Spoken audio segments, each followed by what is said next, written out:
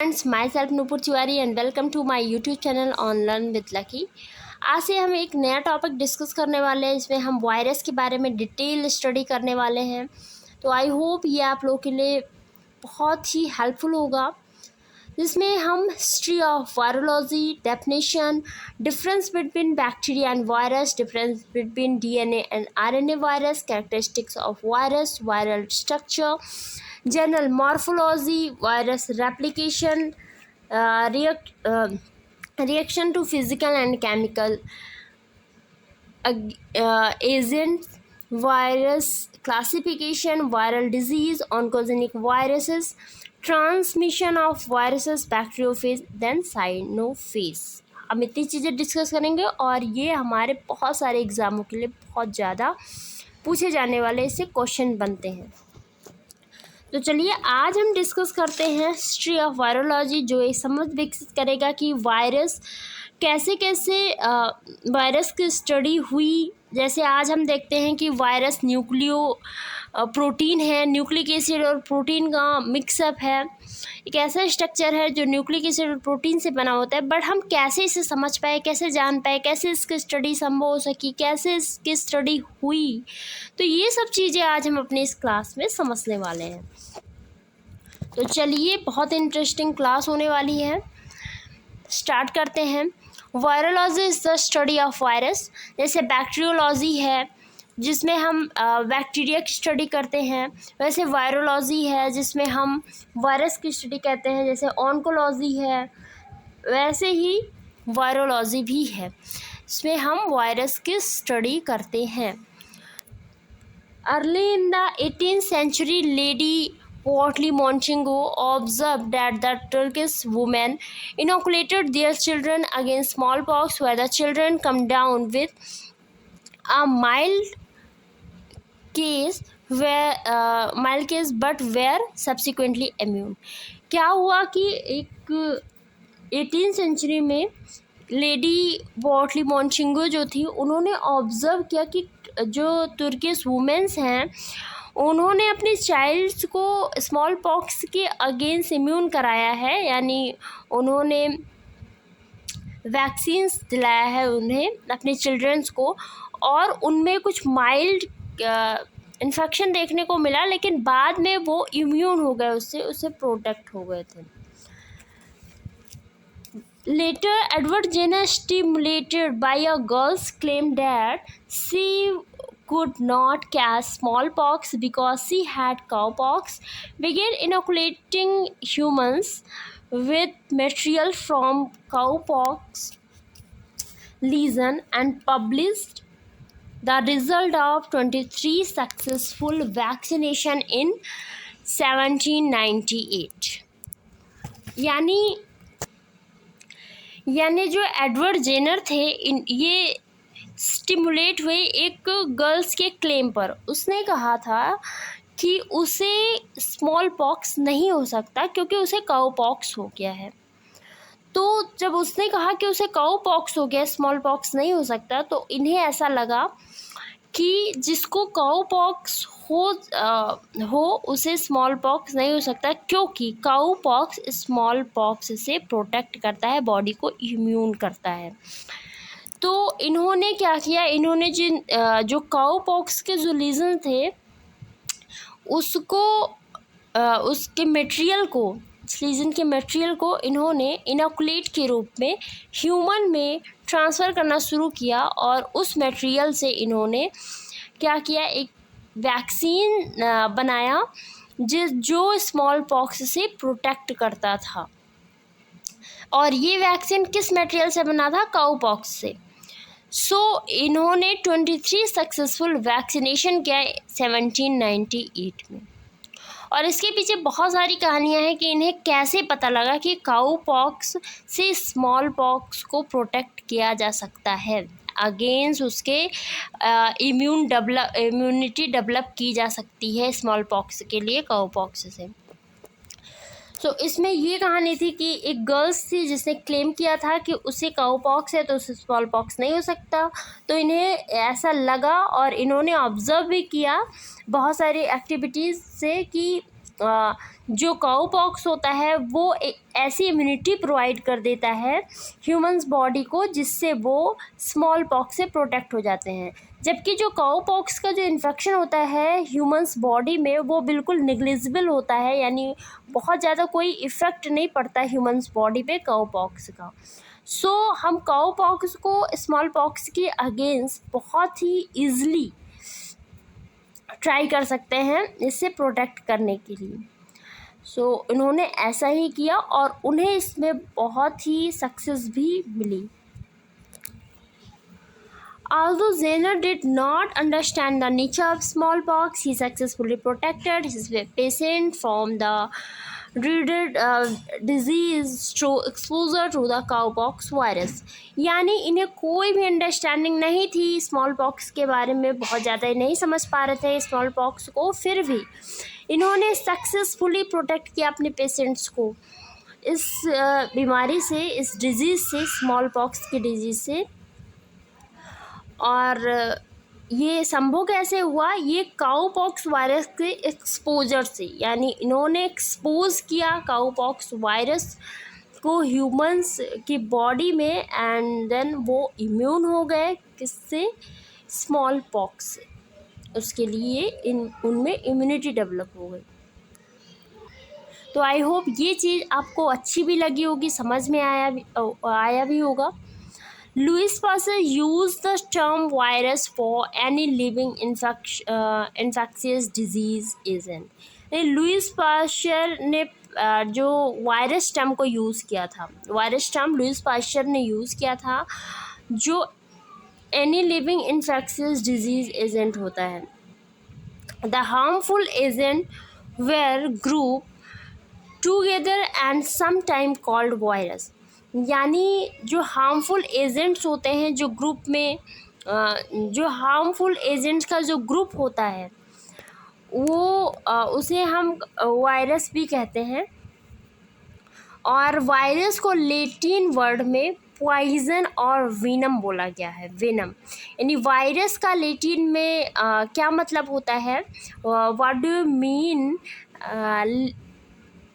What means in Latin word of virus? Poison और venom. Venom means जानते हैं क्या होता है? जहर। और पॉइजन में भी क्या होता है? जहर।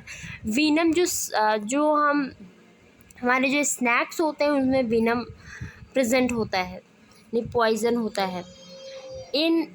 तो जो वायरस होता है वो एकदम पॉइजन की तरह एक्ट करता है because they have not any cellular structure, they are a cellular structure, a particle like structure।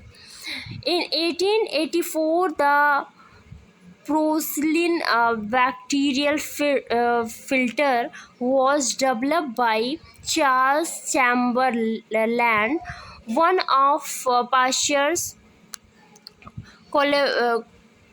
collaborators and inventor of autoclave, made possible the discovery of viruses।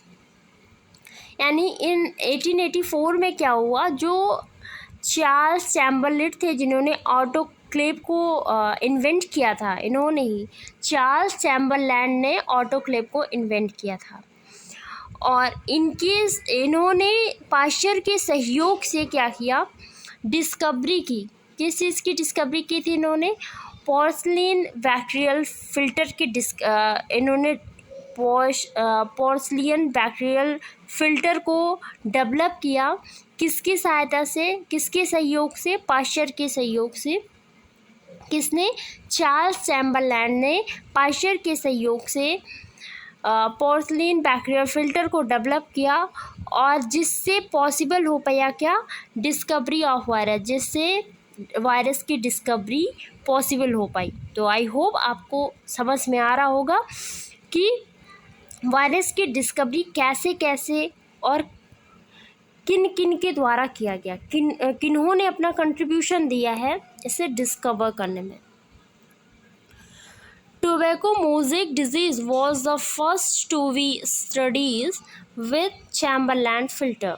जो टोबैको मोज़ेक डिजीज़ है पहली बार इसी की study की गई थी चैमबरलैंड filter में। चैमबरलैंड filter क्यों बोला जाता है? क्योंकि इसको डेवलप करने में चैमबरलैंड का बहुत ज़्यादा सहयोग था। In 1892, Dmitry Ivanovsky shows that leaf extract from infected plants would induce tobacco mosaic disease even after filtration remove all bacteria. He attributed this to be presence of जो दिमित्री इवानोव्स्की थे, इन्होंने क्या किया, इन्होंने जो इन्फेक्टेड प्लांट था उसमें से एक्सट्रैक्ट को निकाला और सारे बैक्टीरिया को इन्होंने फ़िल्टर करके देखा, फिर भी इन्होंने ये पाया कि वो अभी भी इन्फेक्टेड है। तो इन्होंने ये निष्कर्ष निकाला कि बैक्टीरिया को फ़िल्टर करने पर भी इसमें इन्फेक्शन दिख रहा है।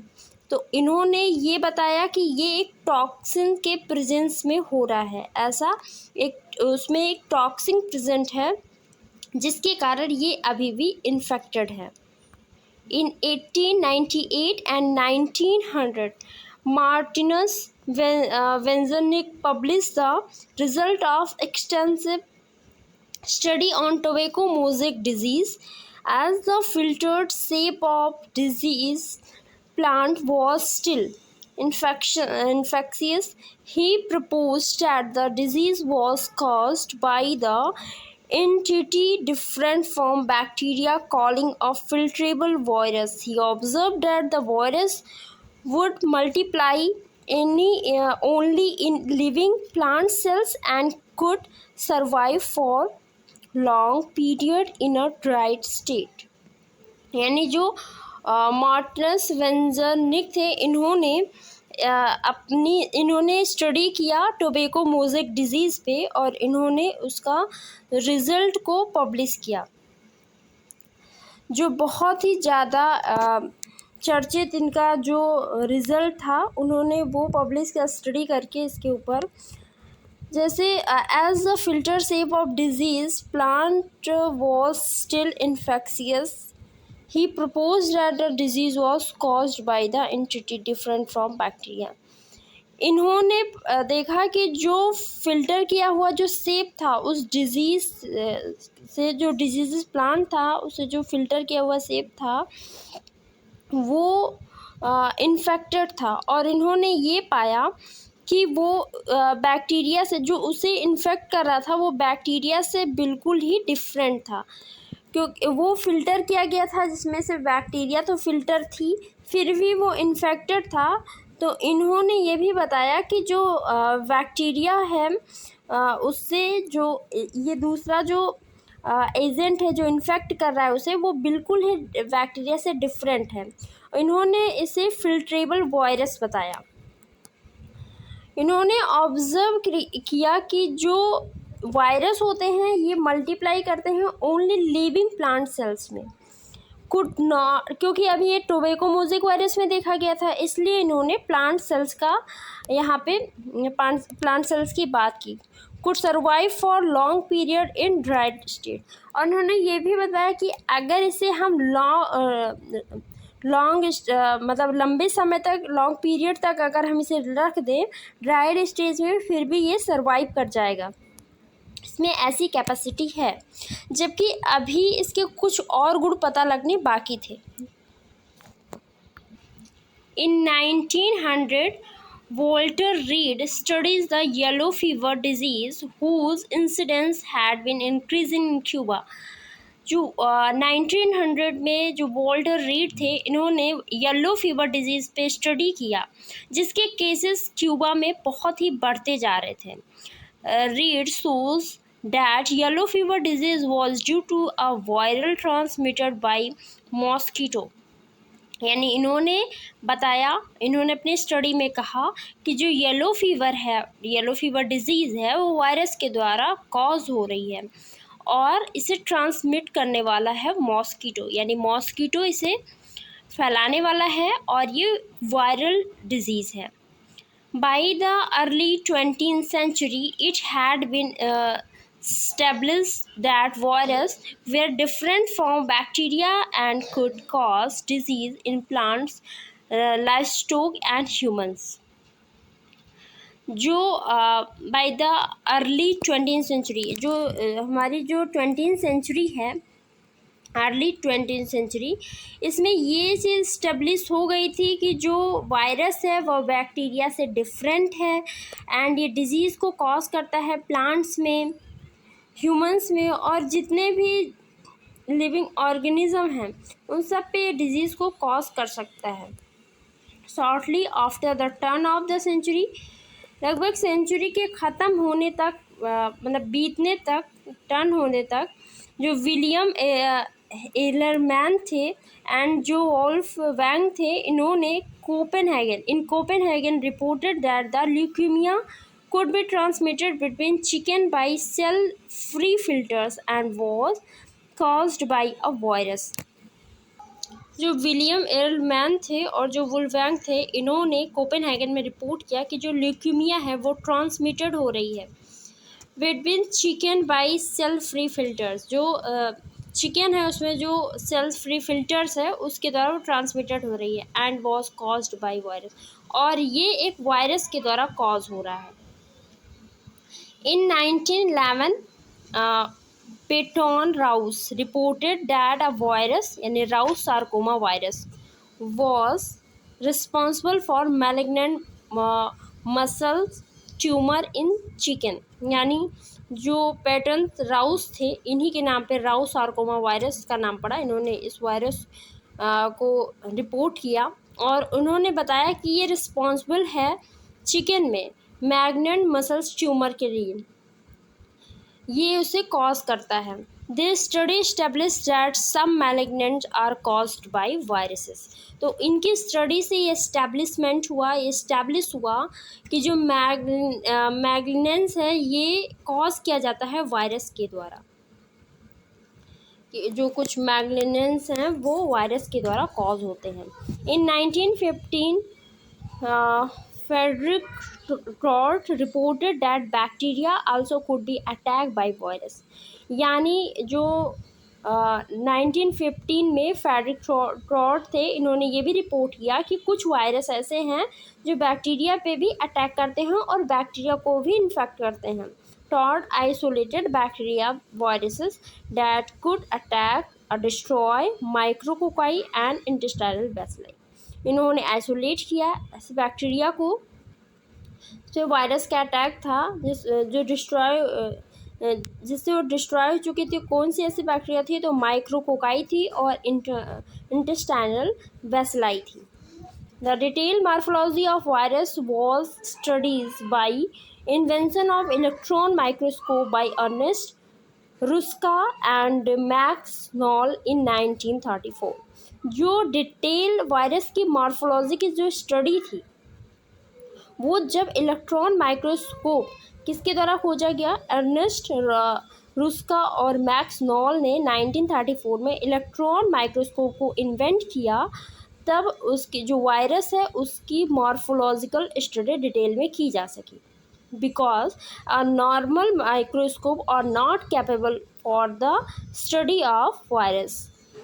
The chemical nature of virus was established in 1935 when Wendell Stanley had crystallized the tobacco mosaic virus and found it to be largely or completely protein. यानी जो केमिकल नेचर है, जो वायरस का जो केमिकल नेचर है उसको 1935 में establish किया. किसने? वेंडल स्टैनले ने. इन्होंने क्या किया? इन्होंने टोबैको मोज़ेक वायरस से क्या किया, इसे क्रिस्टलाइज किया. जो वायरस थे इन्होंने उसे क्रिस्टल फॉर्म में किया, ऐसा क्रिस्टल फॉर्म जिसे आप बॉटल में भी बंद करके रख सकते हो. तो इससे ये साबित हुआ कि ये एक ऐसा पार्टिकल्स है जिसे आप बॉटल में बंद करके रख दो और बाद में अगर ये किसी भी लिविंग सेल्स के एक्सपोजर में आएगा तो उसे इन्फेक्ट करेगा. ये ऐसा टॉक्सिक पार्टिकल्स होता है. And found it to be largely और कम्प्लीटली प्रोटीन. और इसमें मोस्टली प्रोटीन का बना होता है या कम्प्लीटली प्रोटीन का बना होता है, ऐसा बताया गया। The method of growing virus on chick embryo was develop by Goodpastures in 1930। यानी जो मेथड था जो वायरस का ग्रोइंग मेथड था किस पे, चिक एम्ब्रियो पे, उसे डेवलप किया गुड पॉस्चर ने 1930 में। The use of living human and animal tissue cells for the in vitro culture of virus was developed by John Enders in 1949। यानी जो जॉन एंडर्स थे, इन्होंने 1949 में यूज़ किया living human and animal tissue cells को, क्या करने के लिए, इन विट्रो कल्चर करने के लिए वायरस को। यानी वायरस को इन्होंने लैब में ग्रो कराया, इन विट्रो कल्चर कराया। इसके लिए इन्होंने क्या यूज़ किया, living human and animal tissue cells को। Frederick Bawden and Norman Premanus too separated the TMB virus particles into protein and nucleic acid, making it clear that virus the complex of nucleic acid and proteins able to reproduce only in living cells। Finally जो आज हम जान पाए वो क्या था कि जो Frederick Bawden and Norman Pirie थे, इन्होंने क्या किया था, इन्होंने सेपरेट किया टीएमबी वायरस पार्टिकल से क्या, प्रोटीन और न्यूक्लिक एसिड को। इन्होंने ही बताया कि जो वायरस है वो प्रोटीन और न्यूक्लिक एसिड से बना होता है। यानी जो न्यूक्लिक एसिड होता है वो सराउंडेड होती है प्रोटीन से, प्रोटेक्ट कवरिंग होती है प्रोटीन की न्यूक्लिक एसिड के ऊपर। इन्होंने इसका पता लगाया, सेपरेट किया दोनों को, एंड इन्होंने बताया कि ये कॉम्प्लेक्स वायरस जो है वो कॉम्प्लेक्स है किसका, न्यूक्लिक एसिड एंड प्रोटीन्स का, और ये एबल होता है टू रिप्रोड्यूस। यानी अब हम तो ये तो हम समझ गए हैं कि एक पार्टिकल्स होता है जिसे हम क्रिस्टल बना के रख सकते हैं, यानी एक नॉन लिविंग कैरेक्टर को शो कर रहा है। ये लिविंग नहीं है, बाहर इसमें कोई सेल्स नहीं है तो ये लिविंग नहीं है, बट ये एबल है to reproduce only in living cells. यानी इसमें जो लिविंग कैरेक्टर है वो है जो कि ये लिविंग सेल्स में रिप्रोड्यूस करने के लिए एबल होता है, कैपेबल होता है। तो आई होप आपको ये इंटरेस्टिंग लगा होगा, अच्छा लगा होगा और हेल्पफुल होगा आपके लिए। मिलते हैं नेक्स्ट क्लास में, जिससे हम डेफिनेशन की बात करेंगे and difference between bacteria and virus की बात करेंगे। सो बाय एंड थैंक यू।